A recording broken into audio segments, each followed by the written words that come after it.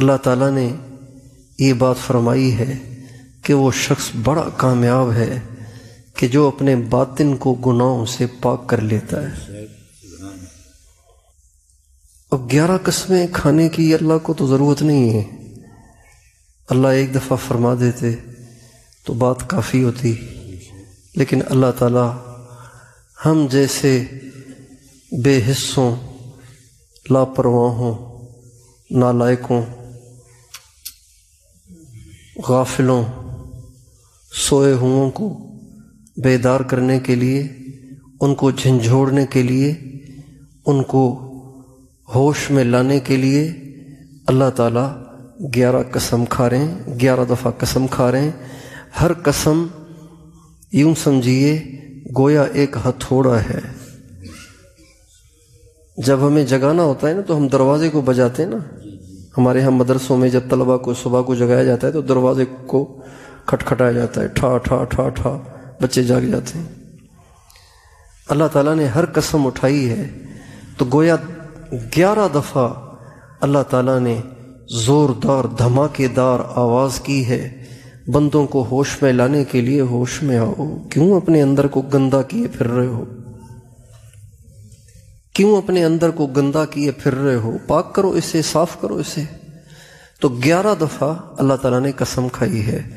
والشمس وضحاها 2 قسمیں، والقمر اذا تلاها والنہار اذا جلاها واللیل اذا یغشاها والسماء وما بناها والارض وما طحاها ونفس وما سواها فألهمها فجورها وتقواها۔ یہ 11 قسمیں ہو گئیں۔ آگے فرماتے ہیں قد افلح من زکاها وقد خاب من دساها۔ 11 قسمیں کھانے کے بعد بھی اللہ تعالیٰ نے صرف افلح نہیں فرمایا، قد لگا کے اس کو گویا 12ویں قسم بنا دیا۔ قد کا معنی ہے تحقیق، پکی بات ہے، کوئی شک کی گنجائش نہیں، یہ ہے قد کا ترجمہ۔ قد افلح من زکاها وقد خاب من دساها۔ پاک کامیاب ہو گیا وہ شخص جس نے اپنے اندر کو گناہوں سے پاک کر دیا، اور ناکام ہو گیا وہ شخص جس نے اپنے اندر کو گندا کر دیا۔ تو بہت سارے گناہ ہیں جو انسان کے اندر ہی اندر میں رہتے ہیں اور انسان اس کی فکر نہیں کرتا، اس کو صاف کرنے کی کوشش نہیں کرتا، وہ اندر ہی میں رہ جاتے ہیں۔ ظاہر میں وہ عبادتیں کر رہا ہوتا ہے، ظاہر میں وہ دین پڑھا رہا ہوتا ہے، ظاہر میں وہ دین کی جد و جہد اور کوشش کر رہا ہوتا ہے، لیکن وہ اندر کے کیڑے اس کو اندر سے کاٹ رہے ہوتے ہیں، وہ دیمک اندر سے اس کو کھوکھلا کر رہی ہوتی ہے، یہاں تک کہ موت کے بعد جب اللہ کے سامنے پیشی ہوتی ہے اور اندر باہر کو نکال کے سامنے کیا جاتا ہے تو اس دن انسان پچھتائے گا کہ ہائے یہ میں نے کیا کیا۔ کل قیامت کے دن کچھ لوگ ایسے ہوں گے جو بغیر حساب کے جنت میں جائیں گے، کچھ ایسے ہوں گے جو بغیر حساب کے جہنم میں جائیں گے۔ کافر بغیر حساب کے جہنم میں جائے گا، اور اعلیٰ درجے کے جو اہل اللہ ہوں گے، اعلیٰ درجے کے اہل اللہ، وہ بغیر حساب کے جنت میں جائیں گے۔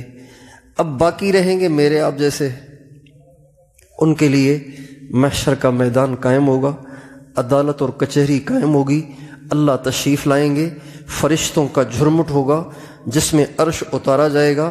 یوم تشقق السماء بالغمام ونزل الملائکۃ تنزیلا۔ فرشتے جوک در جوک اتریں گے اور اللہ کے عرش کو گھیرے ہوئے ہوں گے، اور میزان کو قائم کیا جائے گا۔ ایک پلڑا نیکیوں کا ہوگا، ایک پلڑا برائیوں کا ہوگا۔ میرے آپ جیسے گرے پڑوں کو بلایا جائے گا، ان کے اعمال نامے کھولے جائیں گے، نیکیوں کو ایک طرف برائیوں کو ایک طرف رکھا جائے گا۔ جس کی نیکیاں زیادہ وہ جنت میں، جس کی برائیاں زیادہ وہ جہنم میں۔ بڑے درجے کے جو اولیاء ہوں گے وہ بغیر حساب کے جنت میں جائیں گے، جو گرے پڑے لوگ ہوں گے وہ ان کو محشر میں اکٹھا کیا جائے گا، ان کا حساب ہوگا۔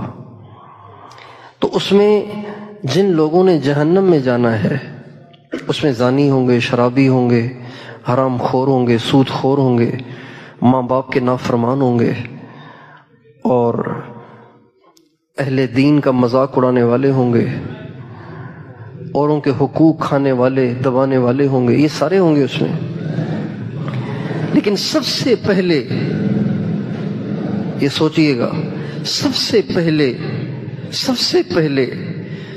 پہلے جن کو جہنم کی خوشخبری سنائی جائے گی، سب سے پہلے جن کو جہنم میں اوندھے منہ پھینکنے کا فیصلہ سنایا جائے گا، وہ زانی نہیں ہوگا، شرابی نہیں ہوگا، سود خور نہیں ہوگا، ایک عالم ہوگا، ایک شہید اور مجاہد ہوگا، اور ایک سخی ہوگا۔ کیوں؟ علم تو پڑھ لیا اور پڑھا لیا، لیکن اپنے اندر میں جھانک کے کبھی غور نہیں کیا کہ میں اندر میں کیا ہوں۔ جہاد کیا اللہ کے راستے میں، لڑتے لڑتے، جد و جہد کرتے کرتے، کوشش کرتے کرتے اپنی جان بھی خرچ کر دی، لیکن اندر میں جھانک کے نہیں دیکھا، اس لیے دوزخ میں جائے گا سب سے پہلے۔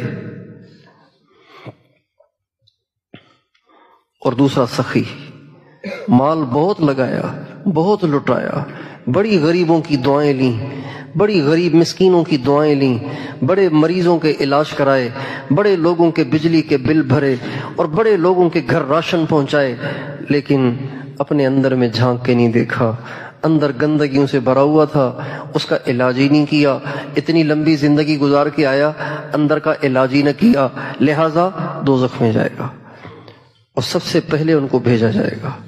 اور اللہ تعالیٰ یہ نہیں فرمائیں گے دوزخ میں پھینک دو، فرمائیں گے اوندھے منہ پھینکو ان کو۔ یہ بھی ایک عذاب کی شدت ہے، اوندھے منہ پھینکا جانا، گھسیٹ کر اوندھے منہ۔ یا اللہ عالم ہوں، کہیں گے جھوٹ بولتے ہو، یا اللہ میں تو شہید ہوں، سب کچھ لگا دیا تیرے نام پہ، جھوٹ بولتے ہو، یا اللہ سارا مال لٹا دیا، فرمائیں گے جھوٹ بولتے ہو، دفع کرو ان کو، اور ان کو اوندھے منہ دوزخ میں ڈالا جائے۔ اندر کی برائیاں ختم نہیں کی،